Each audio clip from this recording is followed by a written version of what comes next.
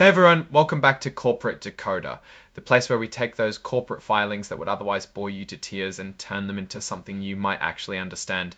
Today we're diving into a report from Ares Real Estate Income Trust. And trust me, even if real estate doesn't sound exciting, stick around because we're going to uncover some interesting moves they're making. So what's this report all about? Think of it like a checkup for a company. This filing tells us about some changes in leadership and update to how the company values itself and how their properties are doing. It's like looking under the hood to see what's really going on. First up, let's talk about who's leaving the company. Scott Recknor, the head of asset management, is retiring. He told the company about this a few months ago in April, and his last day will be in June. For now, he's sticking around to help with the switch over, which is useful. Now, let's talk about how Ares values itself. The price of their shares is linked to something called the net asset value, or NAV. Think of NAV as the company's estimated worth, like how much your house is worth. Ares updates this value every month. If you're really curious, you can check out their website or call their toll-free line to see the latest NAV. They even have a third-party Altus group helping them with these valuations to make sure they are accurate. Alright, now for the juicy part, the numbers. Let's break down what the NAV was in March of 2025 compared to February. This is where we see what's been moving up and what's been going down. Ares breaks down its investments to real estate and other holdings such as debt. In total, their investments went up to about $6.6 billion in March compared to $6.5 billion in February. So this tells you they're adding investments to their books.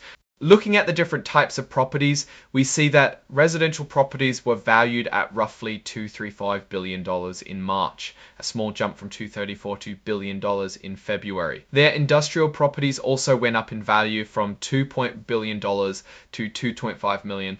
While their assets went up, so did their debts. Their line of credit, term loans and mortgages increased from 2.477 billion sevens. They also accumulate $4 billion more money to invest. When you put it all together, after subtracting all the debts and other stuff, the total was roughly $2.576 billion in March. This is only a slight increase from $2.5 and B5 billion Triumph 5T75 billion in February. So while they're bringing in investments, they are also accumulating some debt. Now let's talk about the EV per share, or as they call it, per fund interest. In March, it was about $7.66 per share, a small increase from $7.63 in February. This is what really matters to investors, 3 cents in February.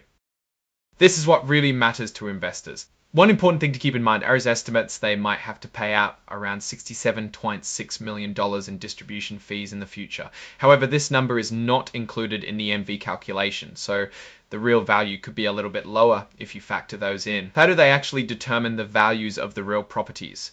Well, they use a few factors, including what's called an exit capitalization rate and a discount rate. Think of the exit cap rate as what they expect to sell the properties for in the future, and the discount rate is more or less an assumption of how much money the investments will make. For residential properties, they are looking at an exit cap rate of around 5.3% and a discount rate of about 7%. Industrial properties show a cap rate of 5.8% and a discount rate of about 7%. Industrial properties show a cap rate of 5.8% and a discount rate of about 7%. Industrial properties show a cap rate of 5.8% and a discount rate of about 7%.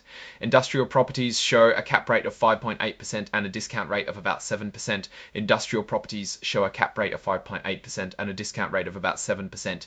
Industrial properties show a cap rate of 5.5p will go up. If it went up, the value goes down. As of March, Ares held 144 real estate properties, about 24.4 million square feet, and about 94% of it was leased. Their leverage ratio, or how much debt they have compared to their assets, was 36.3%. It looks like the interest rate on their borrowings averaged 4.85%. During the first few months of the year, they raised around $315, like they spent $13 million on redemptions, which is to say buying back their own shares. Between January and March, Ares purchased 1 industrial property and 2 storage properties for about $30.4 million. However, they sold 3 industrial properties for around $27.6 million. This tells us that Ares is not just holding on to everything, they're actually buying and selling properties. Aries breaks down their properties into a few categories: residential, industrial, retail, office, and other. Industrial makes up the biggest chunk of their portfolio. Looking at the types of companies renting their properties, storage and warehousing make up about 5.2% of the annualized base rent, with professional services behind that. Okay, here's where the company gives you a heads up by saying, hey, don't take these numbers as a guarantee of the future. They're basically saying that a lot of stuff could change, from the economy to regulations, which could impact these results. It is a very standard legal disclaimer, or CYA as the youth likes to say. So what can we take away from all of this? Aries is a company that seems to be actively managing its properties, buying and selling, and keeping a close eye on things like valuation and debt. Based on these raw numbers, the company seems to be in a stable condition. Their assets and NIV are growing, but also taking on more debt. The future is uncertain, so it remains to be seen how all of this turns out. But for now, they're holding steady. Thanks for watching. If you found this breakdown helpful, please hit that like button, leave a comment, and subscribe for more corporate deep dives.